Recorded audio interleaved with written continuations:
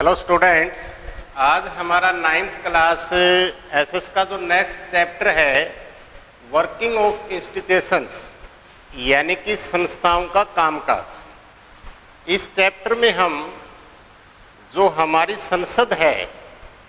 उस संसद के जो पार्ट हैं लोकसभा, राज्यसभा और राष्ट्रपति, इसका अभिन्न अंग होता है। तो इस लेसन में हम देखेंगे और ये समझने का प्रयास करेंगे कि प्रमुख जो नीतिगत फैसले होते हैं, जैसे आपने देखा हो कभी आपने न्यूज़पेपर, मैगजीन या टीवी चैनल्स के ऊपर ही आपने देखा हो कि भी जैसे ट्रिपल तलाक जो है उसको बैन कर दिया गया है, या जैसे जो धारा 370 है उसको समाप्त कर दिया है, या राम जन्मभूमि का है, या और दूसरे भी जैसे कोई जन कल्याणकारी नीतियां बनाई जाती है, नए कानून बनाए जाते हैं, पुराने कानूनों में संशोधन किया जाता है, या फिर संविधान संशोधन करके उन नीतियां और कार्यक्रमों को पूर्ण रूप दिया जाता है। तो इस चैप्टर में हम देखेंगे कि प्रमुख जो नीतिगत फैसले होते हैं वो फैसले किस प्रकार लिए जाते हैं, कैसे उनको लागू किया जाता है, और यदि वो निर्णय विवादास्पद है तो कैसे उसका निपटारा किया जा सकता है। तो देखो, पिछले चैप्टर में हम लोकतंत्र के बारे में पढ़ चुके हैं कि लोकतंत्र जो है वो जनता का अपना स्वयं का शासन होता है। तो इसमें आप ये सोचना, ये मत समझना कि जनता सिर्फ और सिर्फ अपने शासकों का चुनाव भर ही करती है, बल्कि जो रूलर्स होते हैं, जो शासक होते हैं, वो भी कुछ नियम, कायदे, कानूनों में बंधे हुए होते हैं और उनको भी संस्थाओं के अंदर रहकर ही काम करना होता है। तो इसमें हम देखते हैं इस संस्थाओं के अंदर जो रहकर काम करना पड़ता है वो भी कुछ कानून कायदों से बंधे हुए हैं। तो इसमें हम देखेंगे कि प्रमुख जो नीतिगत फैसले होते हैं वो नीतिगत फैसले कौन करता है, कैसे उनको लागू किया जाता है, और यदि वो निर्णय असंवैधानिक हैं या वो विवादास्पद हैं तो उनका निपटारा कौन करता है। तो इस चैप्टर में हम देखते हैं एक एग्जाम्पल के माध्यम से, एक उदाहरण के माध्यम से, कि प्रमुख जो नीतिगत फैसले होते हैं, नीतिगत फैसले, उन फैसलों को कौन करता है। तो इसमें हम देखते हैं, एक उदाहरण है आपका कि 13 अगस्त 1990 को, यानी 13 अगस्त 1990 को कार्मिक एवं पेंशन मंत्रालय के द्वारा उसका जो सचिव जो है, उस सचिव के हस्ताक्षर से एक आदेश जो है वो जारी होता है कि सरकारी सेवाओं में जो केंद्रीय सेवाएं हैं, उन सेवाओं के अंदर अपने देश के अंदर जो सामाजिक और आर्थिक रूप से जो पिछड़े लोग हैं, आर्थिक रूप से जो पिछड़े लोग हैं वो हैं ओबीसी यानी अदर बैकवर्ड क्लासेस, जो सामाजिक और आर्थिक रूप से पिछड़े हुए हैं। उस पिछड़ापन को यदि हमने दूर करना है और उनको जो अपर क्लासेस हैं, साधन संपन्न जो लोग हैं, यदि हम उनको मुख्य धारा में लेकर के आए तो उनको सरकारी केंद्रीय सेवाओं के अंदर 27% जो है वो आरक्षण का प्रावधान था, जिसमें वो 27% जो आरक्षण है वो इन्हीं क्लासेस के द्वारा, इन्हीं वर्गों के द्वारा जो है वो भरे जाएंगे या पूरे किए जाएंगे। ये एक कार्मिक एवं पेंशन मंत्रालय के द्वारा उसकी एक संख्या होती है, उसमें उस सचिव का अपना हस्ताक्षर होता है और वो एक आम एक सर्कुलर नोटिस की तरह था जो 13 अगस्त 1990 को जारी किया गया। तो हम ये देखते हैं कि ये जो नीतिगत फैसला हुआ, क्या वो नीतिगत फैसला उस अकेले व्यक्ति ने उस सचिव के हस्ताक्षर से ही वो मान्य हो गया, या फिर वो मंत्रालय जिस मंत्री के अधीन आता है, क्या उस मंत्री के अकेले आदेश से ही वो आदेश लागू हो गया, या फिर वो जो नीतिगत फैसला जो था उस नीतिगत फैसले में सभी जो अधिकारी जो थे वो शामिल थे, तो वो कौन कौन से थे। तो उसमें हम ये देखेंगे, तो देखो वो जो सभी अधिकारी इसके अंदर शामिल थे उसमें है हमारी संसद की जो भूमिका है, यानी कि संसद की जो भूमिका है उस संसद की भूमिका का वर्णन देखेंगे हम इसमें। तो अपनी संसद में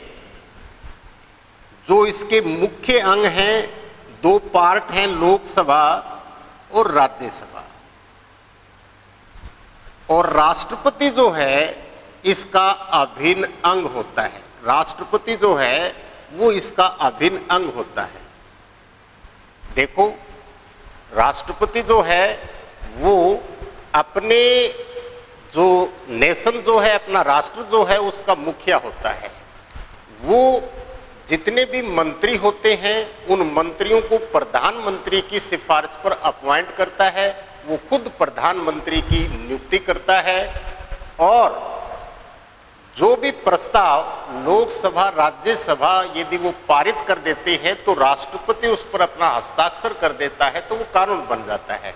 एक बार साधारण विधेयक को राष्ट्रपति पुनर्विचार के लिए लौटा सकता है। तो यहां हम देखेंगे कि लोकसभा और राज्यसभा, इसके अंदर देखो हम ये भी देखेंगे, आपने पिछली कक्षा में पढ़ा होगा कि अपनी जो विधान पालिका, यानी कि विधान पालिका मीन संसद,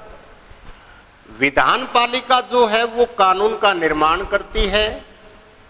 कार्यपालिका उसको लागू करती है, और यदि उस फैसले के अंदर कोई डिस्प्यूट है, कोई विवाद है या वो विवादास्पद है, तो उसका निर्णय करती है न्यायपालिका। न्यायपालिका उसका निर्णय करती है। तो हम इसमें संसद की भूमिका को देखेंगे। तो इसमें संसद की भूमिका को थोड़ा सा जानने से पहले हम इसका एक बैकग्राउंड देख लेते हैं कि ये जो आदेश लागू किया गया था कार्मिक एवं पेंशन मंत्रालय के द्वारा, तो इसका एक प्रकार से हम देखते हैं कि हिस्टोरिकल इसका बैकग्राउंड क्या था। देखो 1977 के अंदर अपने देश के अंदर जनता पार्टी की सरकार बनी थी, और वो जनता पार्टी की जो सरकार जो थी, वो सरकार, उसके नेता थे, उसके प्राइम मिनिस्टर थे मोरारजी देसाई। उस समय 1977 को अपने देश के अंदर बीपी मंडल की अध्यक्षता में एक आयोग बनाया गया था, एक कमीशन बनाया गया था, और उस आयोग ने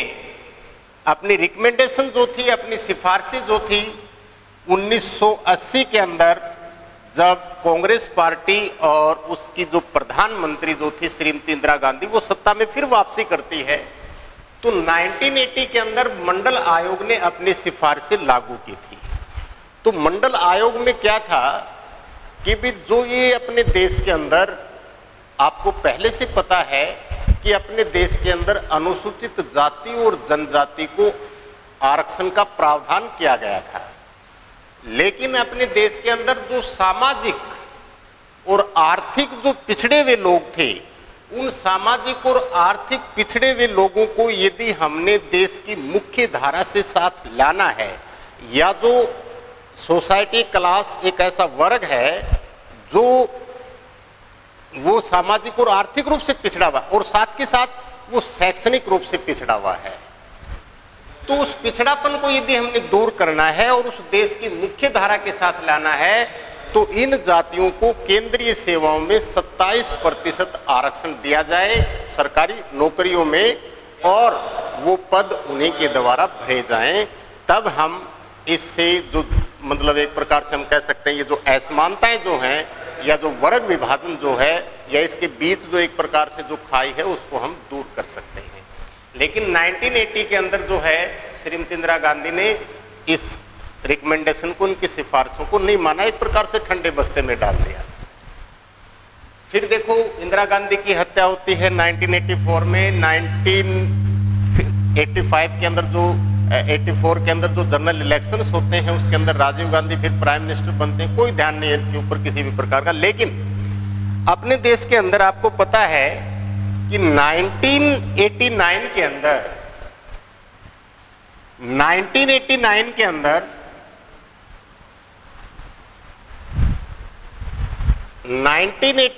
के अंदर जो जनरल इलेक्शंस होता है, जो आम चुनाव होता है, उस आम चुनाव में 1989 का जो आम चुनाव है, उस आम चुनाव में कांग्रेस पार्टी के ऊपर भ्रष्टाचार का एक आरोप लगा था, जिससे उस आरोप ने कांग्रेस को सत्ता से बाहर कर दिया, और वो था बोफोर्स कांड। बोफोर्स तोप जो है, जो रक्षा के लिए जो रक्षा मंत्रालय के द्वारा जो हमने खरीदी थी दूसरे देशों में, कि भी इसमें बहुत ज्यादा दलाली जो है वो खाई गई है, यानी कि इसमें एक बहुत बड़ा स्कैम है, करप्शन है। उस बोफोर्स मुद्दे को काफी उछाला गया था, और उस बोफोर्स मुद्दे यानी उस करप्शन और उस भ्रष्टाचार के कारण कांग्रेस पार्टी जो है वो सरकार नहीं बना पाई। लेकिन जो कांग्रेस पार्टी के अंदर से छोड़ करके, जैसे वीपी सिंह है और दूसरे जो नेता थे, वो छोड़ करके अपना एक जनता दल बना लेते हैं, जनता दल। हालांकि कांग्रेस जो है वो सबसे बड़ी पार्टी के रूप में उभरी थी, लेकिन वो बहुमत सिद्ध नहीं कर, वो बहुमत के आंकड़े को पार नहीं कर पाई। तो जनता पार्टी जो थी, जनता पार्टी, जनता दल, सॉरी, जनता दल जो था, उस जनता दल के इलेक्शन मैनिफेस्टो में, उसके चुनाव घोषणा पत्र में ये था कि जो ही हम सत्ता में आए तो हम मंडल आयोग की सिफारिशों को लागू करेंगे। तो यहां ये जो जनता दल है, जनता दल जो है वो 1989 के अंदर बीजेपी भी 1984 में 2 सीट थी इसकी, लेकिन 89 के अंदर जो राम मुद्दे को लेकर के जो उसने हिंदू वोटों का जो ध्रुवीकरण किया, तो वो 85 सीट पहुंच गई, और उस समय इसके अध्यक्ष जो थे वो लालकृष्ण आडवाणी थे। तो बीजेपी यानी भारतीय जनता पार्टी ने जनता दल को बाहर से समर्थन दिया था, बाहर से अपना इसने समर्थन दिया था। तो 6 अगस्त यानी जनता पार्टी सत्ता में आती है, और जनता पार्टी का जो पहला जो अधिवेशन होता है लोकसभा का, उस अधिवेशन की जो मतलब एक प्रकार से हम कह सकते हैं एक अभिभाषण से इसकी शुरुआत होती है, और वो अभिभाषण देता है राष्ट्रपति। और उस राष्ट्रपति के अभिभाषण में ये होता है कि आगामी जो सरकार का जो एजेंडा है वो क्या है। तो उसमें वो सभी पहलुओं के ऊपर सिलसिलेवार इसके ऊपर मतलब चर्चा होती है। तो राष्ट्रपति के अभिभाषण में मंडल आयोग की सिफारिशों को प्राथमिकता दी गई थी कि भी सरकार जो है वो मंडल आयोग की सिफारिशों को स्वरूप से मानने के लिए प्रतिबद्ध है। तो 6 अगस्त 1989 को 1990 को केंद्रीय मंत्रिमंडल की एक मीटिंग होती है, और उस केंद्रीय मंत्रिमंडल की मीटिंग की जो अध्यक्षता वीपी सिंह करता है, और उस वीपी सिंह जो है उसमें जो मंडल आयोग की सिफारिशों को लागू करने का अपना एक मंत्रिमंडल की स्वीकृति लेता है। और फिर अगले दिन लोकसभा और राज्यसभा दोनों को इसे अवगत करा दिया जाता है। उसके अंदर खूब चर्चा होती है, उस चर्चा में खूब इसके अंदर जो है चर्चा होती है कि भी कुछ जो इस प्रकार की जो पॉलिटिकल पार्टी थी वो स्टार्ट से शुरू से ही मंडल आयोग की सिफारिशों को लागू करने के लिए जोर डालती थी, या संसद के अंदर सांसद या मंत्री इसके ऊपर खूब चर्चा होती थी कि भी। तो इससे क्या हुआ, वो मंडल आयोग की सिफारिशें जो है वो 13 अगस्त 1990 को जो है वो लागू कर दी। जब ये लागू हुआ तो अपने देश के अंदर न्यूज़पेपर, मैगजीन्स, कहीं पर मतलब संघर्ष भी हुआ इससे, क्योंकि जो सवर्ण जातियां जो थी वो अपने उन अवसरों को नहीं खोना चाहती थी। तो इसके अंदर काफ़ी दंगे भी हुए थे, दिल्ली के अंदर विशेषकर जेएनयू वगैरह जो है इनके अंदर काफ़ी दंगे भी हुए थे, और समाचार पत्र और पत्रिकाओं के अंदर खूब जो है ये चर्चा का विषय बना था उस समय। और कईयों की दलील थी कि भी इससे जातिगत असमानताएं और बढ़ेंगी। कई ये दलील दे रहे थे कि भी ये जो है जो योग्य और जो होनहार और जो प्रतिभाशाली जो बच्चे हैं उनके अवसर जो है वो समाप्त हो जाएंगे, और मतलब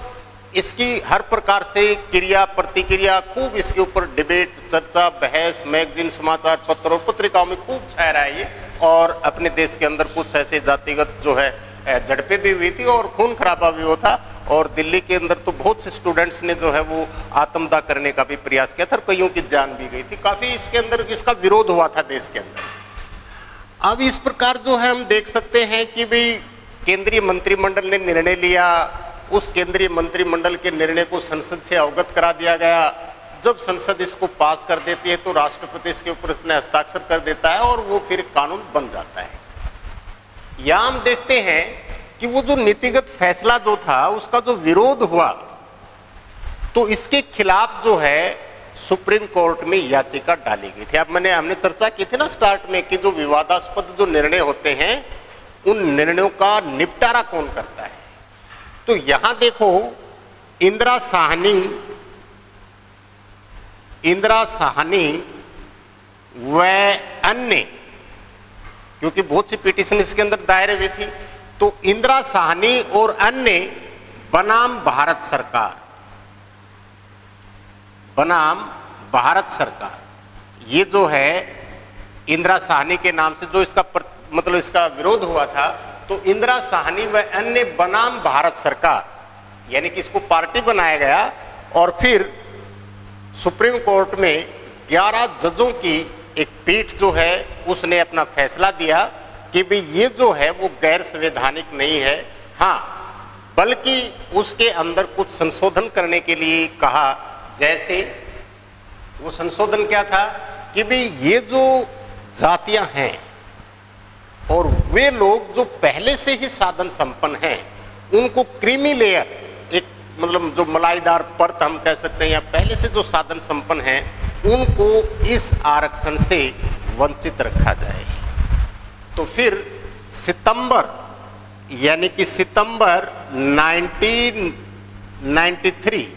1993 के अंदर सुप्रीम कोर्ट ने अपनी जजमेंट दी और उस जजमेंट में ये कहा कि ये गैर संवैधानिक नहीं है, हाँ कुछ संशोधन इसमें करे सरकार, और वो संशोधन ये हो कि पहले से ही जो इसके अंदर साधन संपन्न जो लोग हैं उनको इन अधिकार से वंचित रखा जाए। तो ये हमने देखा कि भी किस प्रकार नीतिगत फैसले किए जाते हैं, उनको कैसे लागू किया जाता है, नीतिगत फैसले करने वाले कौन होते हैं। तो इस प्रकार हमने ये देखा, और अगले जो वीडियो होगा उस वीडियो में हम देखेंगे कि हमें अपनी संसद की जो है वो आवश्यकता क्यों होती है।